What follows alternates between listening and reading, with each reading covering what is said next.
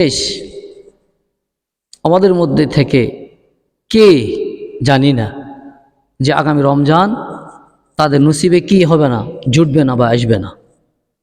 তাদের জন্য এই রমজান অথবা এই যে 10 দিন, এই 10 দিন কি তাদের জীবনের শেষ রহমতের 10 দিন। এই জন্য বিজ্ঞ ব্যক্তির একটি কথা বলে যে দাঁত থাকতে দাঁতের যত্ন নিতে হয়। দাঁত যদি পড়ে যায় তাহলে যত্ন নিয়ে কোনো লাভ হবে না, কোনো লাভ হবে না। তো আপনার ঠিক একই রকমভাবে আল্লাহ রাব্বুল আলামিন যে আপনাকে, আমাকে বা আমাদেরকে যে হায়াতে জিন্দিগি দিয়েছে, এই হায়াতে জিন্দিগি নিয়ে যদি আমরা সৎকর্ম করতে না পারি তাহলে কিসের নেই? সেই দাঁতের নেই। যদি জিন্দিগি সময় থাকতে যদি আমরা পরকালের জন্য উপার্জন যে করতে হবে এটা যদি করতে না পারি তাহলে কিসের নাই? দাঁতের নেই। তো এই জন্য অবশ্যই যেন আমরা আল্লাহ রাব্বুল আলামিন আমাদেরকে যে হায়াতে জিন্দিগি দিয়েছেন, এই হায়াতে জিন্দিগি নিয়ে আমরা ফজিলত বুঝে এবং হালালকে হালাল এবং হারামকে হারাম মেনে যেন আমরা জীবন এবং আমল যেন জীবনযাপন এবং আমল যেন আমরা করতে পারি, এই তৌফিক আল্লাহ রাব্বুল আলামিন আমাদেরকে যেন দান করেন। সকলেই বলেন আমিন। সম্মানিত উপস্থিতি, আমি আপনাদের সম্মুখে পবিত্র কোরআনে সূরা বাকারার কয়েকটি আয়াত তেলাওয়াত করেছি এবং সহিহ বুখারীর একটি হাদিস আরবি ইবারত পড়েছি। পবিত্র কোরআন ও হাদিস থেকে আপনাদের সম্মুখে সংক্ষেপে আলোচনা করার চেষ্টা করব ইনশাআল্লাহ। আল্লাহ রাব্বুল আলামিন ইরশাদ করেছেন, শাহরু রমাদান আল্লাযী উনজিলা ফীহিল কুরআন। রমজান মাস হচ্ছে সেই মাস যে মাসে পবিত্র কোরআন অবতীর্ণ করা হয়েছে। তাহলে আমাদের ইংরেজিতে যে নাম আছে জানুয়ারি, ফেব্রুয়ারি, মার্চ, এপ্রিল, বাংলাতে আছে বৈশাখ, জ্যৈষ্ঠ, আষাঢ়, শ্রাবণ, ভাদ্র, আশ্বিন, কার্তিক, এভাবে যে নাম আছে ঠিক এরকম আরবি মাসেরও নাম আছে। আরবি মাসের কি আছে? নাম আছে। তো আরবি মাসের নামে, আরবি যে মাসের যে নামে কি নাম? কি নাম? শাহরুন। কি নাম? আরবি মাসের নাম কি? শাহরুন। শাহরুন মানে কি? শাহরুন মানে কি? মাস। শাহরুন মানে মাস। বছরের নাম, আরবি বছরের নাম কি? সানাতুন। সানাতুন মানে কি? বছর। তো এখানে আল্লাহ বললেন যে শাহরু রমাদান আল্লাযী উনজিলা ফীহিল কুরআন, যে রমজান মাস হচ্ছে সেই মাস যে মাসে পবিত্র কোরআন অবতীর্ণ করা হয়েছে। অবতীর্ণ করার ফলে এই মাসের সম্মান, এত গুরুত্ব এবং এত ফজিলত এই মাসে। হুদাল লিন্নাস ওয়া বাইয়িনাতিম মিনাল হুদা ওয়াল ফুরকান। হুদাল লিন্নাস, সত্য পথ যাত্রীদের জন্য সুস্পষ্ট পথ নির্দেশ। কথা বুঝতে পেরেছেন? হুদাল লিন্নাস ওয়া বাইয়িনাতিম মিনাল হুদা ওয়াল ফুরকান, যে সত্য পথ যাত্রীদের জন্য সুস্পষ্ট পথ নির্দেশ এবং সত্য এবং মিথ্যার মধ্যে পার্থক্য বিধানকারী এই পবিত্র কোরআন। মানুষের জন্য হেদায়েত সত্য পথ যাত্রীদের জন্য, আর কোনটা সত্য আর কোনটা মিথ্যা, কোনটা অন্যায় আর কোনটা ন্যায়, এটার জন্য পার্থক্য করে দিয়েছেন কোথায়? এই পবিত্র কোরআনে। ফামান শাহিদা মিনকুম শাহরা ফালইয়াসুম হুলাম তাগিদ, এখানে বাধ্যতামূলক যে তোমাদের মধ্যে যে কেউ এই মাস পাবে সে যেন অবশ্যই এই মাসের কি রাখে? রোজা রাখে। অবশ্যই তোমাদের মধ্যে যে কেউ এ মাস পাবে তাহলে সে যেন অবশ্যই অবশ্যই এ মাসে রোজা রাখে। এরপরে বললেন যে ওমান কানা মারিদান আও আলা সাফার ফাইদ্দাতুম মিন আইয়ামিন উখর, যে তোমাদের মধ্যে কেউ যদি সফরে থাকে অথবা অসুস্থ থাকে তাহলে কি করবে? পরে একটি আদায় করে দিবে, একটির পরিবর্তে একটি, দুইটির পরিবর্তে দুইটি পরে আদায় করে দিতে হবে। তবে শর্ত হলো কি, সে যদি অসুস্থ থাকে এবং সফরে থাকে। তো এখানে আবার একটি বিষয় বলা হয়েছে যে যে ওয়ালাল্লাহ ইতিকু নাহু, যে একবারই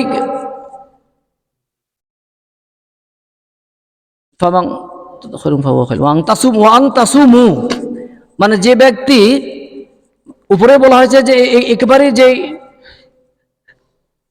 অপারক, একবারই যে অপারক তাদের জন্য রোজা কাজা করলে পরে একটি করে দিবে। আর এখানে বলা হয়েছে ওয়াং তাসুমু, যদি সে কষ্টের পরও রোজা রাখে তাহলে তার জন্য বিশেষ কল্যাণকর। যদি কষ্টের পরও, অসুস্থ আছে, কষ্ট হচ্ছে, তারপর রোজা রাখে, সফর তো অবশ্যই কষ্টের পরও যদি রোজা রাখে তো ওয়াং তাসুমু, তার জন্য বিশেষ কল্যাণকর। ইন কুনতুম তা'লামুন, যদি তোমরা তা বুঝো। কষ্টের পরও কেউ যদি রোজা রাখে তাদের জন্য বিশেষ কল্যাণকর। তার মানে এখানে যে বোঝা যাচ্ছে যে সবটা কিভাবে দ্বিগুণ। আল্লাহ তো অন্যান্য গত জুমার তার আগে জুমা আলোচনা করা হয়েছে যে প্রতিটি আদম সন্তানের একটি সৎকর্মের জন্য 10 থেকে কত গুণ বৃদ্ধি করা হয়েছে? 700 গুণ। পরে বলা হয়েছে যে তিনি আল্লাহ চাইলে আরো বেশি সব দান করবেন, বলেন সবাই সুবহানাল্লাহ।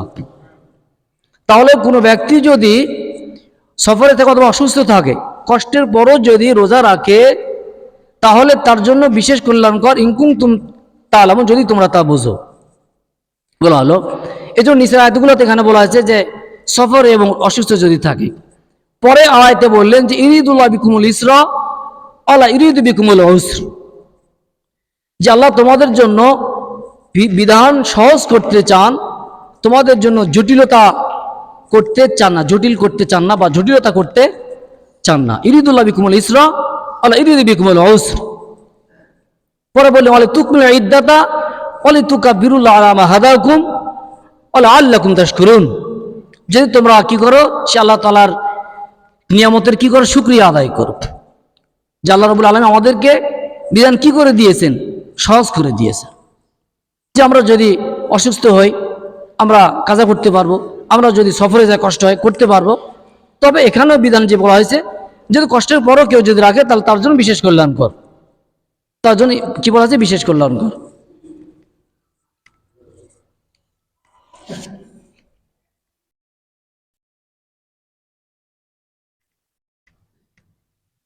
তো এখানের যে বিষয়টি আল্লাহ রাব্বুল আলামিন পবিত্র কোরআনে স্পষ্টভাবে বর্ণনা করেছেন যে হুদাল লিন-নাসি ওয়া বাইনাতিন মিনাল হুদা ওয়াল ফুরকান, সত্য পথ যাত্রীদের জন্য সুস্পষ্ট পথ নির্দেশ এবং হক এবং বাতিল, সত্য এবং মিথ্যার মধ্যে পার্থক্য করে দিয়েছে। এই যে পার্থক্য করে দিয়েছে, এই পার্থক্যটা কিভাবে আমরা বুঝবো? এটার দৃষ্টান্ত এখানে পাশে একটি গ্রাম আছে, যে এই গ্রামকে যদি আমি ইঙ্গিত করে বলি যে ই একটি গ্রাম, যদি আরবিতে বলি তাহলে বলবো যে হাদা করিয়াতুন, হাদা করিয়াতুন, ইহা একটি গ্রাম। তো এখানে যে এই গ্রামটাকে যে শব্দ দ্বারা ইশারা করা হয়েছে, সে শব্দকে আরবিতে নাম দেওয়া হয়েছে যে ইসমুল ইশারা, আর যাকে ইঙ্গিত করা হলো তার নাম হচ্ছে মুশারুন ইলাই। তো এটা যদি কেউ আরবি শিখে তাহলে সেটা আরবির একটি কায়দা, এটা আরবি কেউ যদি শিখে আরবি একটি কায়দা। আর এখানে যদি বলা হয়েছে যে শাহর রমাদান আল্লাযী উনজিলা ফিল কুরআন, যে আলিফ আর নুন আছে এটা উনজিলা, কিছু কিছু জায়গায় উনজিলা আছে, ইন্না আছে, উনজিলা, এটা হলো ইকফা, এটা হচ্ছে কি ইকফা। এই ইকফার হরফ হচ্ছে 15টি। যদি ইকফার যদি আদায় না করি তাহলে আপনার যে তিলাওয়াত, এই তিলাওয়াতটা সহি হবে না, এই তিলাওয়াতটা কি হবে না, সহি হবে না। তো তিলাওয়াত যদি সহি না হয় তাহলে যে কোরআন যে শাফাত করবে, বিষয়টা আলোচনা করব এখন, একটু আগাম কিছু বলে নিচ্ছি যে এই যে কোরআন যে আপনার শাফাত করবে, কোরআন যদি আপনি তার তিলের সহিত তিলাওয়াত না করতে পারেন তা কোরআন তো আপনার শাফাত করবে না, এক নম্বর। দ্বিতীয় বিষয়টা হলো যে আরবি যদি না বোঝেন, হুদাল লিন্নাস ওয়া বাইনাতিন মিনাল হুদা ওয়াল ফুরকান, যে কোনটা সত্য আর কোনটা মিথ্যা, কোনটা ন্যায় আর কোনটা অন্যায়, কোনটা হক আর কোনটা বাতিল, এটা যদি না বোঝেন তাহলে আপনাকে যে আল্লাহ বললেন যে হুদাল লিন্নাস ওয়া বাইনাতিন মিনাল হুদা ওয়াল ফুরকান, যে সত্যপথ যাত্রীদের জন্য সুস্পষ্ট পথ নির্দেশ এবং হক আর বাতিলের মধ্যে পার্থক্য করে দিয়েছে পবিত্র কোরআন। তাহলে যদি না পড়েন তাহলে কিভাবে বুঝবেন, বুঝবেন কিভাবে? এটা বোঝার কি নাই কোনো শব্দ, কোনো বিকল্প কোনো পথ আছে? কোনো পথ নাই। পথ হলো কি? তাহলে মানে অনুসরণ করতে হবে। এখন যদি অনুসরণ করতে যান, উদাহরণ হিসাবে আমার এলাকায় এক ভাই আছে, ওই ভাই বিভিন্ন ধরনের বই পড়ে, বিভিন্ন ধরনের বই বা আরবিক বিভিন্নভাবে কোরআন হাদিসের অর্থ যেগুলো আছে এগুলো পড়ে। পড়তে পড়তে পড়তে পড়তে এমন হয়ে গেছে উনি আর হাদিস মানেন না, উনি শুধু হয়ে গেছেন কোরআন, শুধু কোরআন মানে, হাদিস আর মানে, উনি শুধু মানে কোরআন। তো বলেন আপনারা হাদিস কি কোরআন কি? এজন্য উদাহরণ হিসেবে আমাদের বাংলাদেশের কওমি মাদ্রাসা এবং আলিয়া মাদ্রাসা, কওমি এবং আলিয়া, এদের দুটোরই আকীদা সঠিক, দুটোরই আকীদা কি সঠিক। কারণ এটাও কওমিরাও মাযহাব মানে, আলিয়াপন্থী তারাও মাযহাব মানে, আরও কিছু মানুষ তারা মাযহাব মানে না, সেটা বিষয় আলাদা, সে বিষয় আলাদা। কিন্তু কোনো মানুষ যদি কারো বই পড়ে তাহলে অবশ্যই তাকে দেখতে হবে লেখকের, তার জীবনী, লেখকের যে ব্যক্তিত্ব, সে বিষয়গুলো পড়তে বুঝতে হবে। যদি সেটা না পড়ে, বাজার থেকে বিভিন্ন ধরনের বই যদি ক্রয় করে, তাহলে তার মধ্যে কি তার মাথা কাজ করবে না। মাথা কি করবে? এরকম হয়ে যাবে, শুধু কোরআন মানবে, তোর হাদিস মানবে না, অথবা হাদিস মানবে কোরআন মানবে না, এরকম নানান পথভ্রষ্ট হয়ে যাবে। তো এজন্য পবিত্র কোরআন যেহেতু আরবি ভাষায় অবতীর্ণ করেছে, কোরআনকে সঠিকভাবে যদি বুঝতে চান তাহলে আপনাদেরকে, আমাকে আগে আরবি ব্যাকরণে পারদর্শী হতে হবে। আরবি ব্যাকরণ পারদর্শী না হয়ে বাংলা কি পড়েন না পড়েন, কোন লেখকের কি বই পড়ছেন, সাধারণ মানুষের মধ্যে বিশৃঙ্খলা করবেন, এটা করা যাবে না, এটা করা যাবে না। উদাহরণ হিসাবে এটা একটি মডেল মসজিদ, সরকারি মসজিদ। এই সরকারি মসজিদে আমি রিটার্ন দিয়েছি, ভাইবা দিয়েছি, অনেকে দিয়েছে, আল্লাহ আমার তকদিরে রাখছে আমি এখানে পৌঁছে গেছি। আমার ব্যক্তিগত জীবন, আমি প্রায় 1993 সালে হেফজ শেষ করেছি। এরপরে কয়েক মাদ্রাসায় পড়াশোনা করার পরে আলিয়াতে পড়েছি, পরে কলেজে পড়েছি, পরে ভার্সিটিতে পড়াশোনা করেছি, কলেজে নিবন্ধন করেছি। এরপরে আমি আমার সাবজেক্ট ইসলাম শিক্ষা, এই 11তম নিবন্ধন করা আছে আমার, কিন্তু যে কোনোভাবেই হোক আমি সেখানে লেকচারার হিসাবে বিভিন্ন জায়গায় করেছিলাম। আমার ভ্যাকেন্সি এই সাবজেক্টের ইসলাম স্টাডি, ইসলাম শিক্ষা, এই সাবজেক্টের ভ্যাকেন্সি খুবই কম। এই কারণে চাকরি হয়নি। যদি আমি ডোনেশন দিয়ে করতাম তাহলে ঢুকতে পারতাম, কিন্তু না করে আমি আমি রাজনীতির মধ্যে ইনভলভ হয়েছিলাম। আমি 2016 সালে প্রচুর অর্থ ব্যয় করে আমি ইউনিয়ন পরিষদ নির্বাচন, আমাদের নিয়ামতপুরের 8টা ইউনিয়ন, 2 নম্বর ইউনিয়নের আমি চেয়ারম্যান ক্যান্ডিডেট। 16 সালে প্রচুর টাকা খরচ করে আমি নির্বাচন করেছি। নির্বাচন করার পরের বারে প্রায় 12 বছরদের মাঠে থেকেছি। আমি বিভিন্ন সময় লোকজনকে বাইর করেছি জেল থেকে, অনেক সময় ব্যয় করেছি। করার পর এরপরে এই যে রাজনীতি করেছি, মূল যে বিষয়টা রাজনীতি করেছি, এরপরও রাজনীতি ব্যাপক মানুষের পিছনে সময় দিয়েছি। এরপরও কিন্তু আমি তারাবি কি করিনি, তারাবি মিস করি, তারাবি পড়াইছি। এরপর প্রতিটি জুমায় আমি বয়ান করতাম। প্রতিটি জুমায় আমার এলাকার উত্তর ইউনিয়ন, চন্দ্রনগর ইউনিয়ন, সেই ইউনিয়ন বিভিন্ন জায়গায় মসজিদে আমি জুমার দিন করতাম, বয়ান করতাম। গতবারে আমি চেয়ারম্যানের যে মনোনয়ন পাইনি, আমি নির্বাচন করিনি। আমি যে কোনো সময় যে সুযোগ পাই আমি অবশ্যই সেখানে আবার যাব ইনশাল্লাহ। কিন্তু যাই হোক, বিষয়টা হলো যে এটা একটি সরকারি প্রতিষ্ঠান। এই সরকারি প্রতিষ্ঠান, সরকারে আমাদের সভাপতি হলেন ইউনো মহোদয় স্যার। এবং আমরা তার কাছ থেকে ছুটি নিয়ে যাই। এখন যদি আপনারা মুসল্লিদের মধ্যে থেকে কেউ যদি কাউকে ডেকে নিয়ে আসেন, সাধারণ মুসল্লিকে নিয়ে এসে যদি বলেন যে এদের ছুটি কয়দিন করে দেওয়া যায়, এটা কি শোভা পায় বলেন তো আপনারা? এটা শোভা পায়? মুসল্লি ডেকে নিয়ে এসে আমাদের ছুটি দিবে, এটা কি শোভা পায়? ছুটি তো দিবে আমাদের কেউ না। তো এরকম হচ্ছে বিষয়। তা আপনাদের কাছে বিনীত অনুরোধ, আপনারা দয়া করে এরকম আচরণ করবেন না। এমনিতেই একজন ইমাম হিসাবে, একজন কোরআন হাফেজ হিসাবে, একজন আলেম হিসাবে, একজন ধর্মীয় কিছু এলিমের ব্যক্তি হিসাবে প্রতিটি মানুষের ইজ্জত সম্মান আছে। এই জন্য সম্মান দিতে শিখেন, আপনারা সম্মান পাবেন ইনশাল্লাহ। যদি কাউকে বেইজ্জতি করতে চান তার নিজেরাও কিন্তু বেইজ্জতি হবেন। আশা করি উভয়রা যেন আমরা সঠিক পথে যেন আমরা চলতে পারি, এই তৌফিক আল্লাহ রাব্বুল আলামিন আমাদেরকে যেন দান করেন। আল্লাহুম্মা আমিন। সম্মানিত উপস্থিতি, আলোচনা, আল্লাহ রসুল সাল্লাল্লাহু আলাইহি ওয়াসাল্লাম বলেছেন, ওয়া রাসূলুল্লাহ সাল্লাল্লাহু আলাইহি ওয়াসাল্লাম তাসলিমান কাসীরা আম্মা বাদু ফাইন্না মিন ওয়াযাইফি শাহরি রমাদান কিয়ামা লায়ালিহি বিসসালাতি ওয়াল কোরআন। যে আল্লাহ রসুল সাল্লাল্লাহু আলাইহি ওয়াসাল্লাম বললেন যে উক্ত নামাজ সংক্ষেপে পড়া এবং পবিত্র কোরআন ভাগ ভাগ করে পড়া উভয় জায়েজ। উক্ত নামাজ সংক্ষেপে পড়া এবং পবিত্র কোরআন ভাগ ভাগ করে তিলাওয়াত করা বা পাঠ করা উভয় কি আছে, জায়েজ আছে।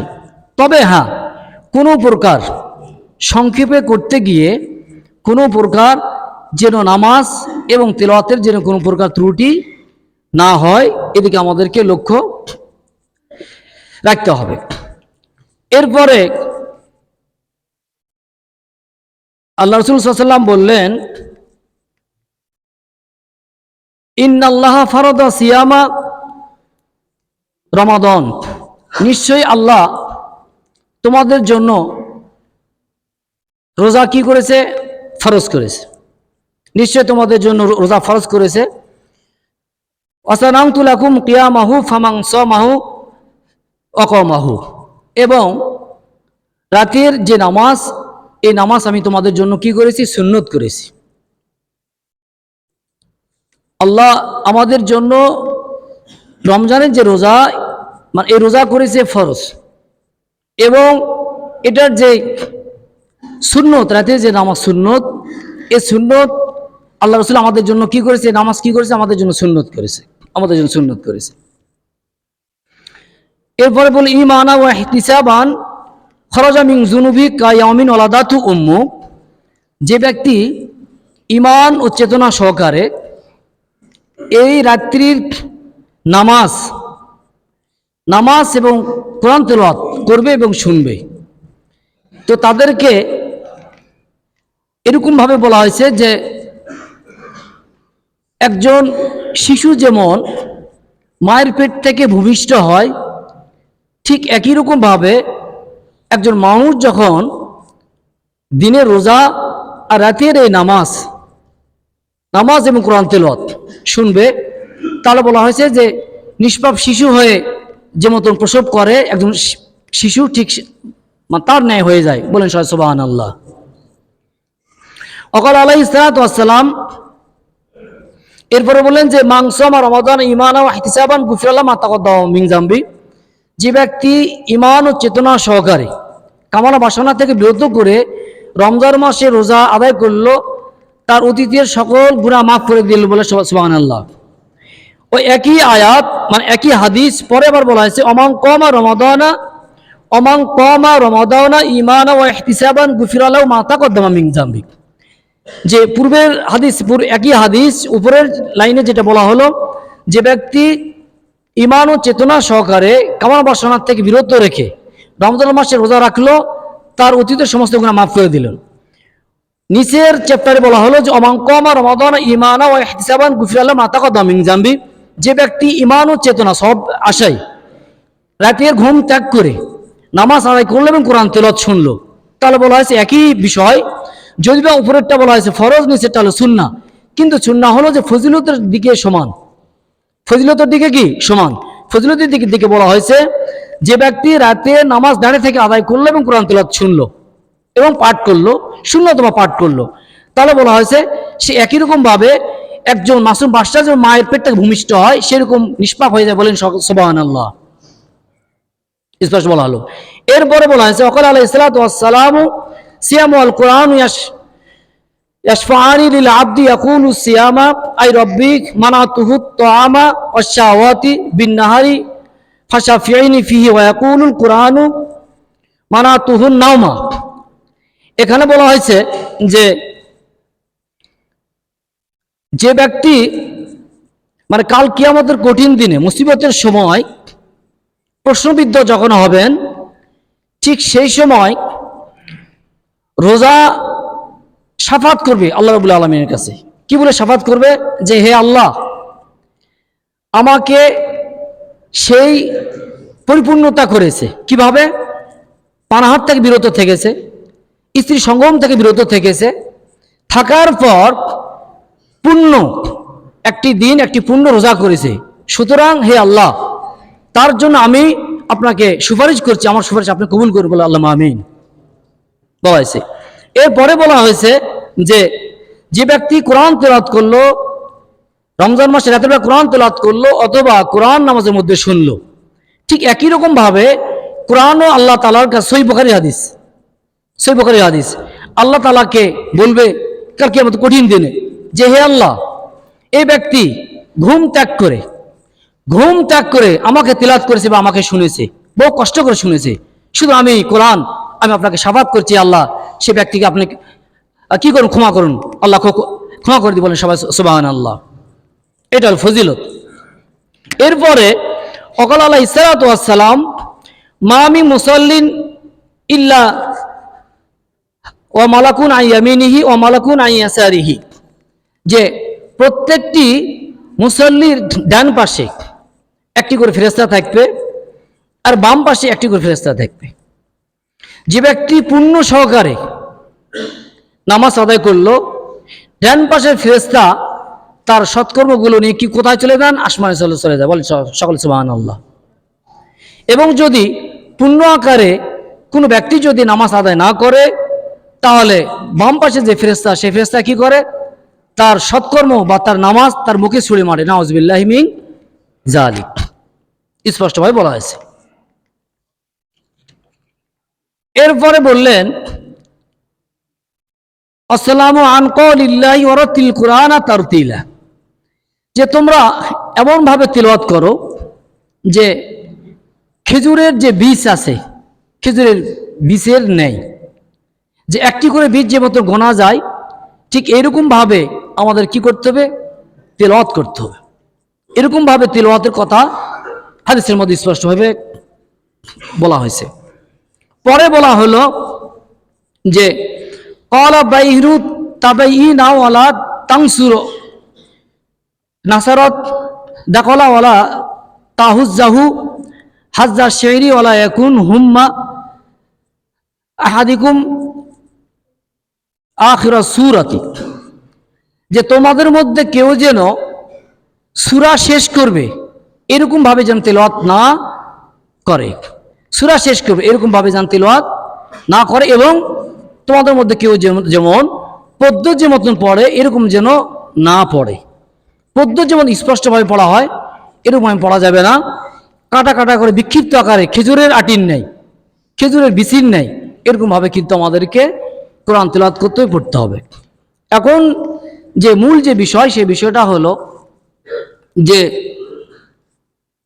আপনাদের মধ্যে কার সন্তান কোরআনের হাফেজ যদি থেকে থাকে দয়া করে একটু হাত উঁচু করবেন। কেউ আছেন কি আপনাদের মধ্যে? মাশাআল্লাহ। উনি জানেন যে একজন হাফেজ সাহেব কোরআন যে নামাজের মধ্যে পড়ে তার যে কি কষ্ট সে একমাত্র অনুভব করে, এবং তার গার্জিয়ানরা অবশ্যই জানবে, কারণ সে বাড়িতেই তো তেলাওয়াত করবে। আর মসজিদে করলে মসজিদে যারা আসে প্রতিনিয়ত আসে তারা অনুভব করে দেখতে পারবে যে কি কষ্ট করে। তো এই যে তেলাওয়াত করে কষ্ট করে, এই কষ্ট করার বদৌলতে যে আপনারা পিছনে দাঁড়িয়ে থেকে কোরআন শ্রবণ করতে পারেন, শুনতে পারেন। আমি গত জুমায় সম্ভবত বা অথবা তার আগে জুমা আলোচনা করেছি যে পূর্ণিয়ালার ভুল থাকবে, মানুষ ভুলের ঊর্ধ্বে কেউ নয়। মানুষগুলো যেহেতু জন্ম নিয়েছে ভুল মানুষের থাকবেই, ভুল নেই এখন কোনো মানুষ নাই, কম আর বেশি, কিন্তু তার পরিশ্রমটা দেখবে, কষ্ট, সে কিরকম ভাবে পড়াশোনা করেছে এটা দেখে আল্লাহ ক্ষমা করবে, তাকে ক্ষমা করবে। আর আপনারা যারা পিছনে আছেন তাদের তো কোনো চিন্তাই নাই, কিন্তু আপনারা না বুঝে কেন তাদের সমালোচনা করবেন? তাদের যদি সমালোচনা করেন, আমি সংক্ষেপে, যদিও বা সময় কম, যেহেতু রমজান মাস অধিকাংশ লোকেরই খাওয়া নাই, আমি একটি বিষয় আলোচনা করব অল্প সময়ের মধ্যে। সূরা ইউনূসের ৬২, ৬৩, ৬৪ এবং ৬৫ নম্বর আয়াত। এই আয়াতের মধ্যে আল্লাহ স্পষ্ট বর্ণনা করেছেন, আলা ইন্না আউলিয়া আল্লাহি লা খাউফুন আলাইহিম ওয়ালা হুম ইয়াহজানুন।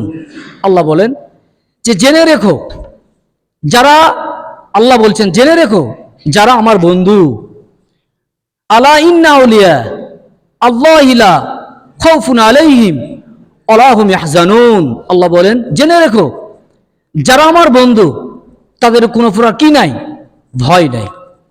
তারা কি নাই, তাদের কোনো প্রকার ভয় নাই, এবং তারা কোনো প্রকার চিন্তিত হবে না বা চিন্তান্বিত হবে না তারা। এরপরে বললেন যে আল্লাযীনা আমানু ওয়া কানু ইয়াত্তাকুন, যারা ঈমান আনে এবং এরকম ভয় করতে থাকে, যারা ঈমান আনে এবং ভয় করতে থাকে।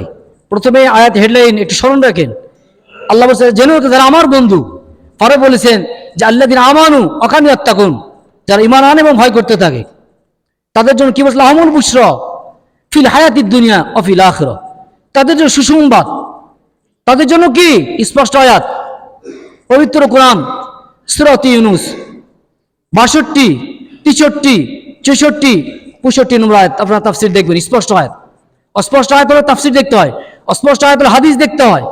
স্পষ্ট আয়াত স্পষ্ট বললেন, আলা ইন্না আউলিয়া আল্লাহি লা খাউফুন আলাইহিম ওয়ালা হুম ইয়াহজানুন, জেনে রেখো যারা আমার বন্ধু তাদের কোনো প্রকার ভয় নাই, তারা কোনো প্রকার চিন্তান্বিত হবে না।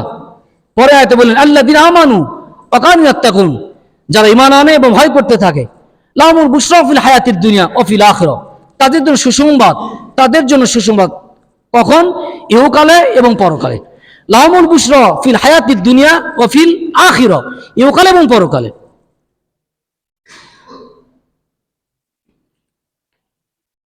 পরের আয়াত,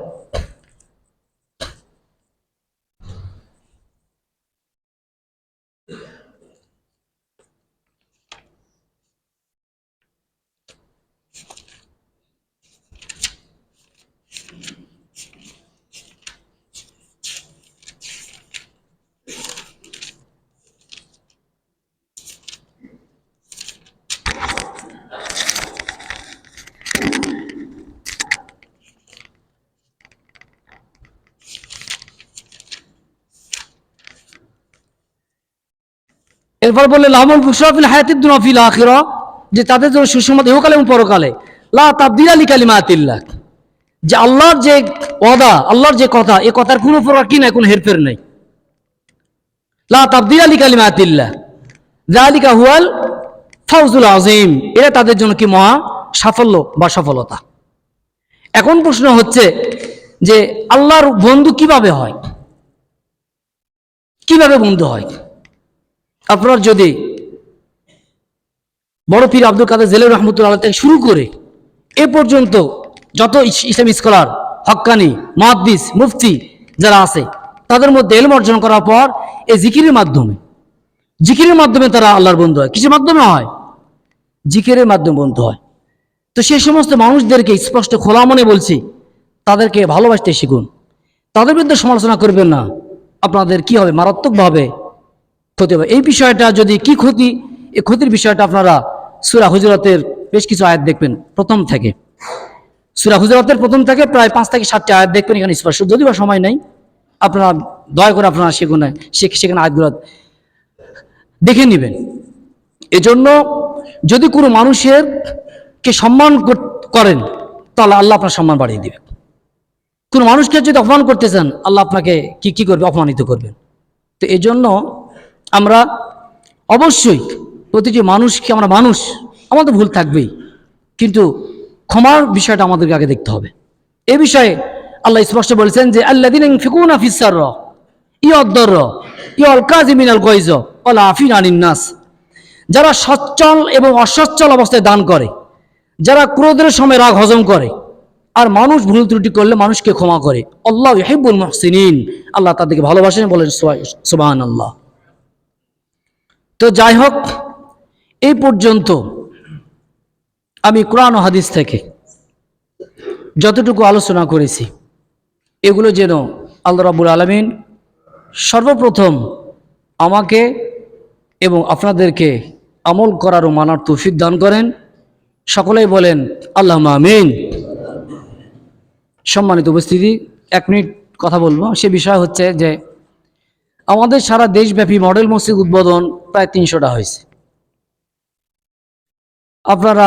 আপনাদের কল্যাণ, এখানে মাইন্ড বা অন্য কিছুর বিষয় কিছুই না, যে এই যে কোটা যায়, আপনাদের মানে যে দানের হাতটা মানে এত কমে গেছে যে মানে খুবই কম, আসলে ওটা বলার কথা না। মানে এই বিষয়ে এখন যদি বলেন যে কোনোভাবে যে সরকারি মসজিদ, তাহলে জেলা মসজিদ সেটাও সরকারি, পত্নীতলা সরকারি, পোরশা সরকারি, সাফার সরকারি। গত জুমায় জেলা মসজিদে এই কোটার টাকা উঠেছে প্রায় 10,000 সামথিং, অথচ আমাদের এখানে 600-700, আর গত জুমা রমজান মাসে একটু বাড়িছে আর কি, মাশাআল্লাহ। তারপর আসলে বিষয়টা হলো যে সরকারি বিষয় যেটাই হোক না কেন, ঘর তো আল্লাহর। এখানে আপনারা নামাজ পড়ছেন যে পাবলিক মসজিদের যে সব বেশি, এখানে সব কম, তা তো না। এটা তো আপনাদেরই মসজিদ, সরকার করেছে দেশের অর্থায়নে, আপনাদের তো ঘামঝাড়া টাকার মসজিদ এটা। তাহলে এখানে সমস্যা কোন জায়গায়? দান তো যেখানে করো সেখানে সব, নামাজ এখানে পড়লো সব, অন্য মসজিদে পড়লো সব, দান এখানে করলো যে সব, ওখানে করলো সব। এটা কেন করবেন, বৈষম্য কেন করবেন যে সরকারি মসজিদ তাই করবে না? না, এটা ঠিক না, এটা করবেন না। দয়া করে অবশ্যই দানের হাত প্রসার করবেন, এটাই আপনাদের প্রতি আমার আশা আর কি। এ বলে আমি আমার সংক্ষিপ্ত বক্তব্য শেষ করছি। ওয়াখির দাওয়ানা আলহামদুলিল্লাহ রাব্বিল আলামিন। আসসালামু আলাইকুম ওয়া রাহমাতুল্লাহি ওয়া বারাকাতুহু। 4 রাকাত সুন্নাত সব আদায় করে নেন।